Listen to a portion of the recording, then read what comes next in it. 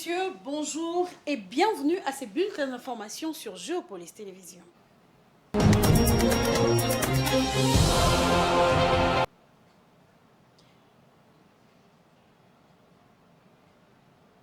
Ouvrons ces bulletins avec cette information en titre. Aucun dialogue ne sera accordé au groupe terroriste M23 qui ne respecte pas les engagements conclus par le chef d'État de la région dans le cadre du processus de Nairobi. Voilà ce qu'a déclaré le président de la République Félix Tshisekedi lors de la prise de parole à la tribune des Nations Unies dans la soirée de mercredi.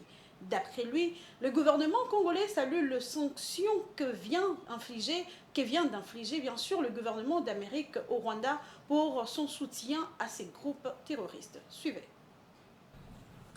En sus du retrait accéléré de la MONUSCO, la République démocratique du Congo réitère sa demande au Conseil de sécurité de l'ONU de sanctionner toute personne physique et morale reconnue comme auteur, co-auteurs et complices, matériels et intellectuels des crimes de guerre et contre l'humanité, ainsi que des violations graves des droits de l'homme, du droit international et de la Charte des Nations Unies sur le territoire congolais.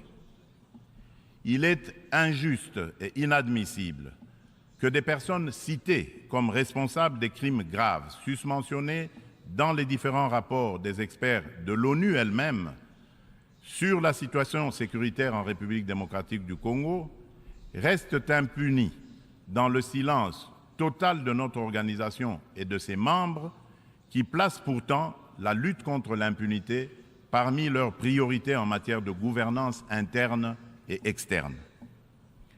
À ce sujet, le gouvernement de la République démocratique du Congo salue chaleureusement les sanctions que vient d'infliger le gouvernement des États-Unis d'Amérique au Rwanda pour son soutien au groupe terroriste du M23 et à un de ses hauts responsables impliqués dans les aventures criminelles au Congo.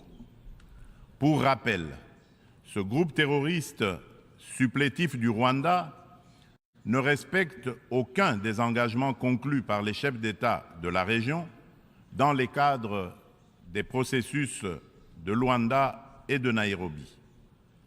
En effet, non seulement ils n'ont pas quitté les positions conquises, mais ils continuent à massacrer nos populations civiles et refusent le pré-cantonnement et le cantonnement, exigeant un dialogue qui ne leur sera jamais accordé.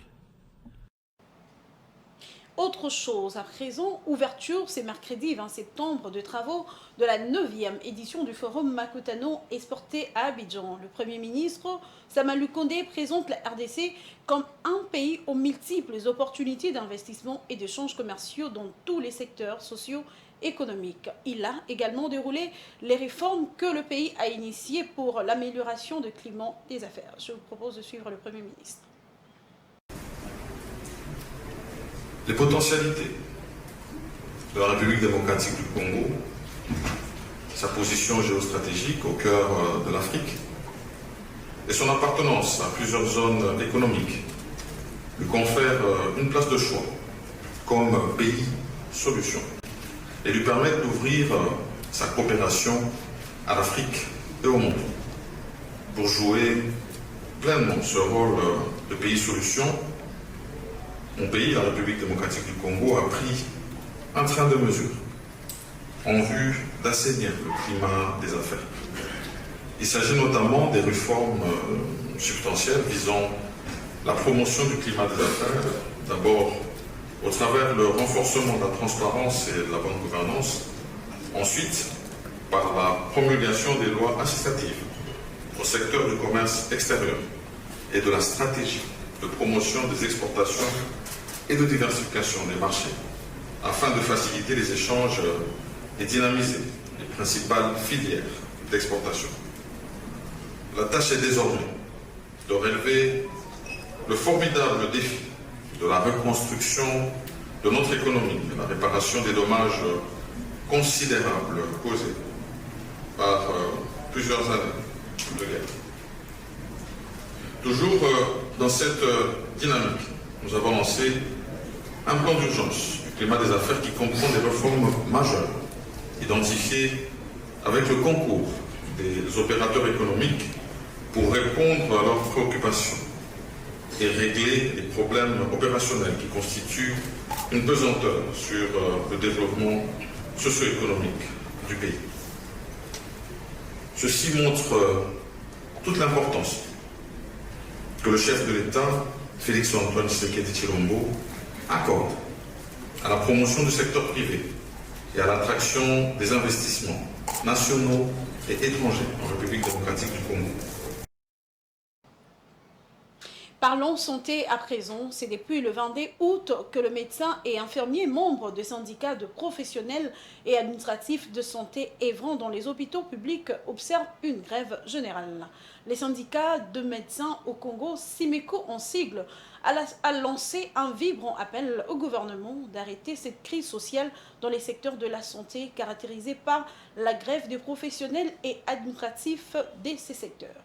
Les grévistes font plusieurs revendications dont l'alignement à la prime de risque professionnel et la paye complémentaire du deuxième trimestre 2023 bloquée au niveau du ministère de Finances. Je vous propose de suivre les détails dans cet élément. Les syndicats de médecins du Congo, SIMECO en sigle, a lancé lors d'un point de presse mardi 19 septembre à Kinshasa un vibrant appel au gouvernement pour juguler la crise sociale dans les secteurs de la santé caractérisés par la grève de professionnels et administratifs de ces secteurs. Les syndicats signalent que la grève observée par les professionnels et administratifs de la santé depuis août dernier paralyse tous les services sanitaires publics de l'État et empêche les médecins de continuer normalement leurs prestations de soins. Les secrétaires exécutifs du syndicat de médecins du Congo, Juvenal Mwanda, joint par téléphone, estiment que les programmes de la couverture santé universelle lancés par le président Félix Tshisekedi ne peuvent réussir avec un personnel de santé démotivé et en grève récurrente. J'aimerais préciser à l'attention de l'opinion publique que la grève en cours concerne les professionnels et administratifs de la santé.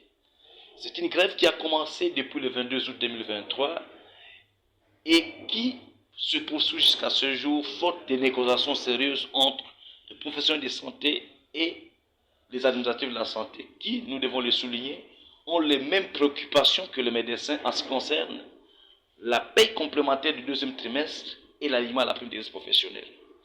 Nous lançons en conséquence un vibrant appel au gouvernement de la République pour que les préoccupations qui sont posées trouvent solution de manière à éviter que l'ensemble du secteur s'embrase par une grève qui pourrait toucher tous les agents du secteur de la santé et qui va sans doute porter un grand préjudice à notre population.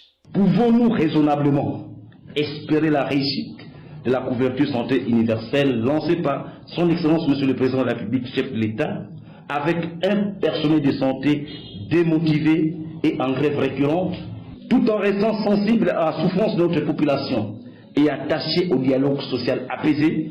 Le SIMECO se réserve le droit d'évaluer dans les 7 prochains jours les conditions de travail que le gouvernement de la République impose actuellement aux médecins des services publics de l'État. Les grévistes font plusieurs revendications dont l'alignement à la prime de risque professionnel et la paye complémentaire du deuxième trimestre 2023 bloquée au niveau du ministère de Finances.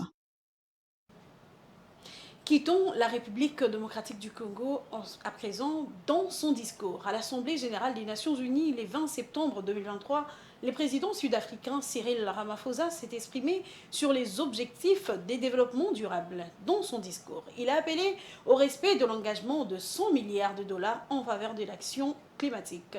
Africa 24 pour le détail. Nous demandons à nos partenaires de pays plus riches de respecter les engagements financiers qu'ils ont contractés. Pour nous, dans les pays du Sud, il est extrêmement préoccupant que ces pays riches du Nord ne respectent pas les engagements qu'ils ont pris, à savoir fournir 100 milliards de dollars par an aux économies en développement et pour leur permettre d'agir contre les changements climatiques. Cette situation doit changer, cet argent doit être décaissé pour assurer le développement. Nous sommes favorables aux propositions contenues dans l'ensemble de mesures visant à assurer la réalisation des ODD. L'Afrique est la moins responsable des dommages climatiques et pourtant elle en paie le plus lourd tribut. Des siècles après la fin du commerce des esclaves, des décennies après la fin de l'exploitation coloniale des ressources africaines, le peuple de notre continent paie une fois encore le prix de l'industrialisation des pays du Nord et du développement des pays riches du monde. Les peuples d'Afrique ne sont plus disposés à payer ce prix. Nombre de pays du Nord sont riches des ressources minérales qui se trouvent en Afrique. La richesse de l'Afrique appartient aux Africains et aux Africaines. Ces richesses que l'on trouve dans le sol de l'Afrique doivent bénéficier aux Africains et aux Africaines. Nous exhortons les dirigeants du monde à accélérer la décarbonation mondiale tout en tendant vers l'égalité et la prospérité pour tout un chacun. Ainsi prend fin ces bulletins d'information, mesdames et messieurs. Merci de l'avoir suivi et très bonne suite des programmes sur Géopolis Télévision. À 19h30, vous suivrez la grande édition du journal avec Jojo Moulamba. D'ici là, portez-vous bien. Au revoir.